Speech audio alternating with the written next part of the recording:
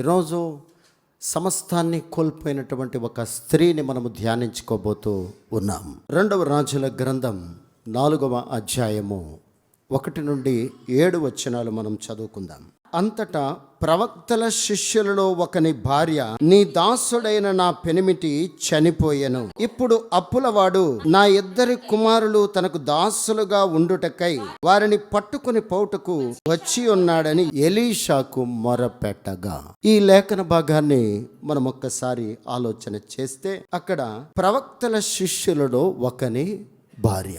ఈ ప్రవక్తను మనము ఆలోచన చేస్తే ప్రవక్త ఒబద్యా యొక్క భార్యగా మనం అక్కడ చూడగలం. ఆహాబు రాజు కాలములో అక్కడ ప్రవక్తల శిష్యులలో అంటున్నాడంటే అతనికి ఎంత ఉన్నతమైనటువంటి విలువ కలిగినటువంటి పోస్ట్ అతనికి ఉందో ఒక్కసారి మనము ఆలోచన చేసుకొనవలసినటువంటి వారమై ఉన్నాం.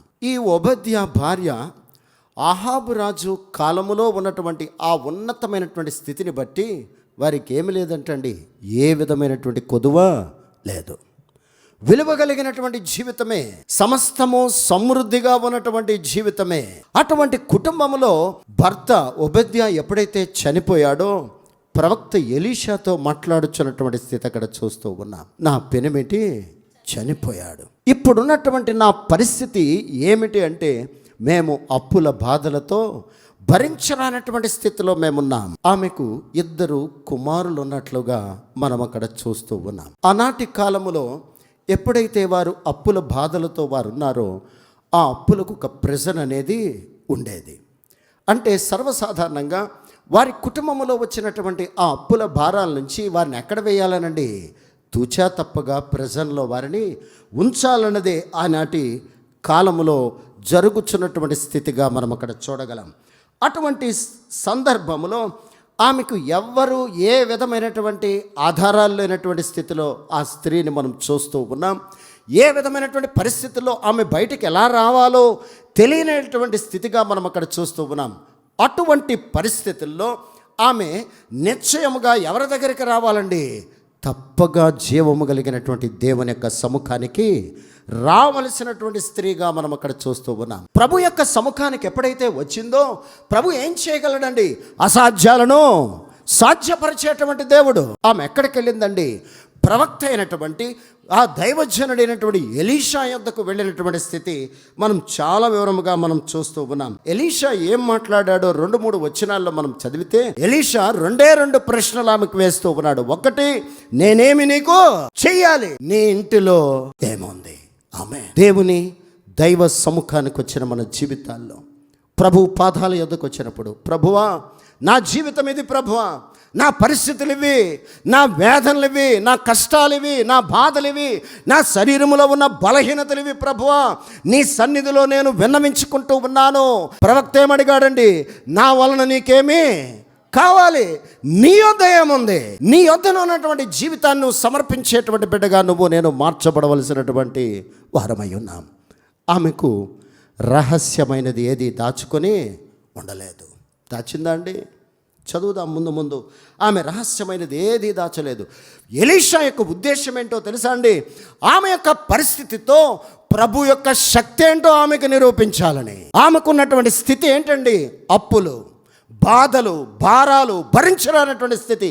ఆ స్థితిలో ఆమెకున్నటువంటి పరిస్థితిని బట్టి దేవుడు ఎంత శక్తి కలిగిన వాడో, దేవుడు ఎంత శక్తి కలిగినటువంటి కార్యాలు చేయగలడో ఆమెకు నిరూపించడానికే, నా వలన నీకేం కావాలి, నీ యొద్ద ఏమున్నది ఆమెను ప్రశ్నించినటువంటి స్థితిగా మనం అక్కడ చూస్తూ ఉన్నాం.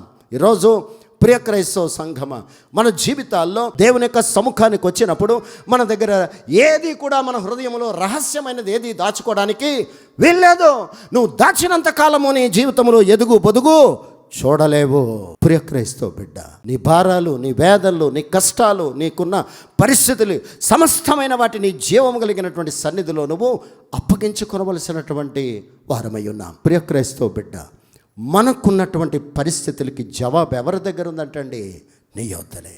మనకున్నటువంటి నిజస్థితిని జీవము కలిగినటువంటి దేవునికి సమర్పించుకొని నువ్వు నిజముగా ప్రభు పాదాల దగ్గర ప్రార్థించినటువంటి బిడ్డవైతే ప్రార్థనకు జవాబును అనుగ్రహించేటువంటి దేవుడు. ఎలీషా వేసినటువంటి ప్రశ్న ఏంటండి, నీ యొద్ద ఏమున్నది అంటే, ఆమె ఏమంటుందండి, నా యొద్ద నూనె కుండ ఒకటి ఉన్నది, అది తప్ప. ఆమేన్. ఆ నూనె కుండకు సాదృశ్యం ఏంటో తెలుసా అండి? అభిషేకపు తైలపు బుడ్డి. ఆమేన్. అభిషేకపు తైలపు బుడ్డి ఆమె గృహములో ఉంది. కానీ ఆ తైలపు బుడ్డిని ఆమె ఏం చేయట్లేదంటండి, భర్త ఎప్పుడైతే చనిపోయాడో ఆ అభిషేకపు తైలపు బుడ్డిని ఆమె వాడుకోలేనటువంటి స్థితిగా మనం అక్కడ చూడగలం. ఆ తైలపు బుడ్డులో ఏముంటుందండి? అభిషేకపు తైలం, అభిషేకపు నూనె. ఆ అభిషేకపు నూనెతో దేవుని యొక్క దైవ మందిరములో దీపాలు వెలిగించేవారేమో. అటువంటి ఉన్నతమైనటువంటి కుటుంబంలో ఆమె భర్త ఎప్పుడైతే చనిపోయాడో ఆమె లేమికి గల కారణం ఏంటండి? ఆ అభిషేకాన్ని ఆమె యూజ్ చేసుకోలేనటువంటి స్థితిగా మనం అక్కడ చూస్తూ ఉన్నాం. కొన్ని సందర్భాల్లో ప్రభువు మనలను ఆశీర్వదిస్తే ఆ ఆశీర్వాదాన్ని పెడచెవిన పెట్టి మనం ఏం చేస్తామండి? రకరకాలైనటువంటి పరిస్థితుల్లో ఓవర్లుక్ చేస్తూ మన యొక్క జీవితాన్ని లేమిగలిగినటువంటి జీవితముగా కొనసాగించుకుంటూ పోతూ ఉన్నాం. కానీ క్రీస్తు రక్తము చేత కడగబడినటువంటి క్రైస్తవ విశ్వాస జీవితములో ప్రభువు నిశ్చయముగా నన్ను ఆశీర్వదించాడు. ఆదికాండం 1వ అధ్యాయం 28వ వచనం చదవద్దు. దేవుడు వారిని ఆశీర్వదించెను. ప్రభు ఇచ్చిన ఆశీర్వాదాలు మనము యూజ్ చేసుకోలేకుండా ఓవర్లుక్ చేస్తూ అనేకమైనటువంటి సందర్భాల్లో రకరకాలైనటువంటి పరిస్థితులు కలిగినటువంటి జీవితాలు కొనసాగిస్తూ ఉంటాం. ఎలీషా తెలియపరుచున్నాడు, నీకు ఎంత ఆశీర్వాదం కావాలో, నీకు ఎంత నీడుందో, నీకెన్ని అప్పులున్నవో, నీ భారాలు ఎన్నున్నవో అన్ని వెసల్స్ తెచ్చుకోమంటున్నాడు అండి. అన్ని వెసల్స్ తెచ్చుకోమంటున్నాడు. బయటకు వెళ్ళి ఎరువు పుచ్చుకోవడంలో ఉద్దేశం ఏంటో తెలుసా అండి? ఆ ప్రదేశములో అనేక మంది అటువంటి బాధల్లో, కష్టాల్లో, వేదనలో ఉన్న వారి మధ్యకు వెళ్ళి నీ విట్నెస్ని వారి మధ్యన పంచుకోమన్నట్లుగా చూస్తూ ఉన్నాం. ఎలీషా అంటున్నాడు, నీవు బయటికి పోయి నీ ఇరుగు పొరుగు వారి అందరి యొద్ద దొరకగలిగిన వట్టి పాత్రలను, చూసారా అండి, దొరకగలిగిన వాళ్ళ ఇంట్లో నిండు కొండలను ఎత్తుకు రమ్మట్లేదండి, దొరకగలిగిన వట్టి పాత్రలను ఎరువు పుచ్చుకో.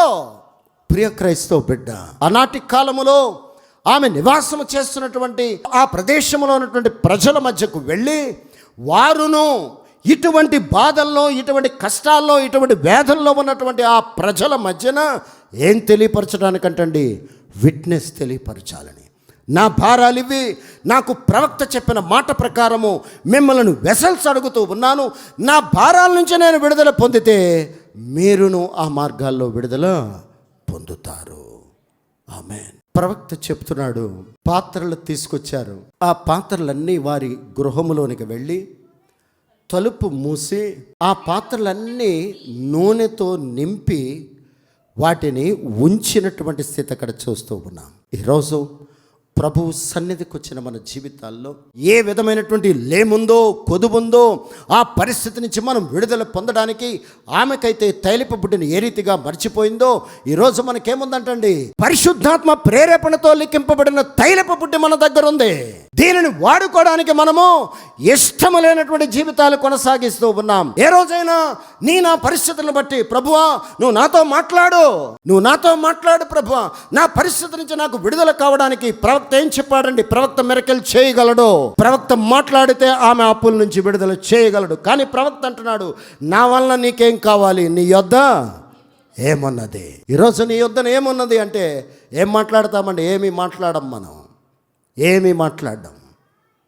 ప్రవక్త చెప్తున్నాడు, నీ యొద్దనున్న దానిని నేను దానిని వాడుకుని అద్భుతం చేయబోతున్నాను. ప్రియ క్రైస్తవ బిడ్డ, నీ యొద్దనున్నదేదో నువ్వు చెప్పగలిగినటువంటి బిడ్డవైతే దాని ద్వారానే అభిషేకాన్ని కుమ్మరించి అగ్నితో దర్శించి అద్భుతాలు చేయబోతున్నాను, నీకు విడుదల ఇవ్వబోతున్నాను. ఆమె ఆ పాత్రలన్నీ తీసుకుని వచ్చింది. ఆ పాత్రలో ఆమె కొడుకులు కలిసి ఏం చేశారంటండి? తలుపు వేసుకుని రహస్యమందు చూచు నీ తండ్రి నీకు ప్రతిఫలమిచ్చే దేవుడు. ప్రవక్త ఎలీషా ఆమెతో ఏం చెప్పాడండి? నీకు ఎంత నేడుందో, నీ భారాలు ఎన్నున్నావో, నీ పరిస్థితులు ఎన్నున్నావో అన్ని పాత్రలను తెచ్చుకోమన్నాడండి. నీకున్నటువంటి పరిస్థితులు ఎన్నున్నావో వాటికి కావలసిన అన్ని పరిశుద్ధాత్మ వాగ్దానాలు మనకున్నాయి. నీవు నీ ఇంటిలో తలుపు వేసుకుని ఏం చేయమంటున్నాడండి? వాటిపై ఈ అభిషేకపు నూనె పోయమన్నాడు కదా, నూనెతో పోయేసి నింపమన్నాడు. అదే రీతిగా మనకున్నటువంటి పరిస్థితులపై ఏం చేయమంటున్నాడండి? వాగ్దానాలను కుమ్మరించమంటున్నాడు, లేఖనాలను కుమ్మరించమంటున్నాడు. నువ్వు మాట్లాడను ప్రారంభించు. ప్రభువా, నాకున్నటువంటి ఈ పరిస్థితిపై మీ పరిశుద్ధాత్మ వాక్కును నేను మాట్లాడుచున్నాను ప్రభువా. యేసు నామములో నాకున్నటువంటి భారాలపై మీ పరిశుద్ధ గ్రంథములో ఉన్నటువంటి వాగ్దానాలు నాకు ఇచ్చావు ప్రభువా. ప్రతి భారానికి ఉన్నటువంటి వాగ్దానాలు నేను ఉచ్చరించుచున్నాను ప్రభువా. నువ్వు మాట్లాడను ప్రారంభిస్తే పరిశుద్ధాత్ముడు తన అగ్నితో దర్శించే దేవుడు. అందుచేతనే ఈరోజు నీ యొద్దన ఏమున్నది అంటే, నీ యొద్ద నా యొద్ద ఏముందంటండి? అద్భుతమైన గ్రంథం ఉంది, అద్భుతమైన లేఖనాలు ఉన్నాయి. నీ భారాలన్నీ లిస్టు రాసుకో. ఏం చేయమన్నాడు? ఒక్కొక్క పాత్రలోని ఆయిల్ని నింపమన్నాడు. ఒక్కొక్క భారంపై ఒక్కొక్క వాగ్దానాన్ని ప్రొనౌన్స్ చేసుకో. మాకు విడుదల ఇచ్చావు ప్రభువా, మమ్మల్ని స్వస్థపరిచావు ప్రభువా, మా బిడ్డలను ఆశీర్వదించావు ప్రభువా, మా కుటుంబంలో మేలులతో దర్శించావు ప్రభువా, మా కుటుంబంలో సమృద్ధినిచ్చావు ప్రభువా, మాకున్న అప్పుల భారాల నుంచి మాకు విడుదల ఇచ్చావు ప్రభువా, మా లోన్స్ అన్ని కొట్టివేశావు ప్రభువా, మాకు సంతోషకరమైన కుటుంబముగా చేసావు ప్రభువా, మాకు అనేకమైనటువంటి నూతనమైనటువంటి కార్యాలు చేసావు ప్రభువా. నువ్వేం చేయాలంటండి? నువ్వు పలుక్కో. నువ్వు పలకమంటున్నాడండి. ఎందుచేతనంటే నువ్వు నేర్చుకుంటే, నువ్వు విడుదల పొందితే అనేక మందికి నువ్వు సాక్ష్యం చెప్పగలవు. ప్రియ క్రైస్తవ బిడ్డలారా, ఆ స్త్రీతో ఎప్పుడైతే పాత్రలో నూనె నింపమన్నాడో పరిశుద్ధాత్మ అగ్నితో తన కార్యాలను నెరవేర్చాడు. ఆ స్త్రీ జీవితంలో తర్వాత వచ్చిన చదవమ్మా. ఆమె దైవజనుడైన అతని యొద్దకు వచ్చి సంగతి తెలియచెప్పగా అతడు, నీవు పోయి ఆ నూనెను అమ్మి నీ అప్పు తీర్చి మిగిలిన దానితో నీవును నీ పిల్లలను బ్రతుకుడని ఆమెతో చెప్పాను. హల్లెలూయా! విడుదల వచ్చిందా లేదా అండి? విడుదల వచ్చిందా లేదండి? మనం ఏం చేస్తాం చెప్పండి? విడుదల పొందాక చెప్పడానికి ఇష్టపడం, సాక్ష్యం చెప్పడానికి ఇష్టపడం, అన్నీ దాచుకుంటూ ఏమండి దాని మీద ఇంకొక 4 కప్పుకుని జీవించే జీవితాలతో జీవించబట్టే ఈరోజు నువ్వే పరిస్థితిలో ఉన్నావో నీ అంతట నువ్వుగా పునర్విమర్శ చేసుకో. ఆమెకి చెప్పిన ప్రకారం చేసిన తర్వాత తిరిగి వెళ్ళి ప్రవక్తకు చెప్పిందా లేదా అండి?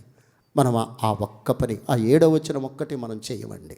భారాలన్నీ తీర్చేశాడు, తిరిగి సమృద్ధితో నింపాడు. ఆమెన్. భారాలన్నీ తీర్చాడా లేదా అండి? భారాలన్నీ తీర్చాడు. తిరిగి నీ కుటుంబము సమృద్ధితో నువ్వును నీ పిల్లలను బ్రతకమని తెలియపరిచాడండి. అంటే ఆశీర్వదించాడు. ఈరోజు మనకును అనేకమైనటువంటి కోరికలు ఉంటాయి, లేవండి? ఎన్నో డిజైర్స్ ఉంటాయి. ఫలానాది పొందాలి, ఫలానా దాని నుంచి విడుదల కావాలి, అనేకమైనటువంటి కోరికలు ఉంటాయి. కానీ ఆ కోరికల కంటే యేసుక్రీస్తు ప్రభుల వారు ఎవరైతే ప్రభు మనలను విడుదల ఇవ్వగలడో ఆ ప్రభువునే నువ్వు కోరికగా తెచ్చుకో. ఆ ప్రభువు దగ్గర ఏమున్నాయంటండి? సమస్తం ఉన్నాయి. మనం ఏదో ఒక నీడు కొరకు మనం ప్రయాసపడతాం, ఏదో ఒక విడుదల కొరకు మనం ప్రయాసపడతాం. ప్రభువా, నా భారాలన్నీవి ప్రభువా, ఈ భారాలన్నిటికంటే ఇంకా నాకు అనేకమైన కోరికలు ఉన్నాయి, మంచి కార్యాలు పొందాలనే ఆశ మాకుంది. కానీ అవన్నీ తీర్చగలిగినటువంటి ప్రభువునే కోరికగా తెచ్చుకో. ఆయనలో ఏమున్నాయంటండి? సమస్తం ఉన్నాయి. ఈరోజు మందిరానికి వచ్చుచున్నటువంటి మన జీవితాల్లో సమృద్ధి కలిగినటువంటి వాగ్దానాలతో ప్రభు మన మధ్యన ఉన్నాడు. ఆయన చేయలేని కార్యం అంటూ ఏదీ లేదు. ఈరోజు నువ్వు నిజముగా ఆరాధనలో మా కుటుంబాన్ని ఆశీర్వదించు ప్రభువా, మా కుటుంబంలో దీవెనలతో నింపు రాజా. మాకున్న భారాలున్నాయి, అనేకమైనటువంటి శోధనలు ఉన్నాయి, వాటన్నిటి నుంచి మాకు అద్భుతమైనటువంటి విడుదల కావాలి ప్రభువా. నిశ్చయముగా మీ సన్నిధిలో మా పరిస్థితిని మేము ఒప్పుకొని విడిచిపెట్టి మీ చిత్తానికి మేము అప్పగిస్తున్నాం. నువ్వు చెప్పగలిగి ఆరాధన చేయి.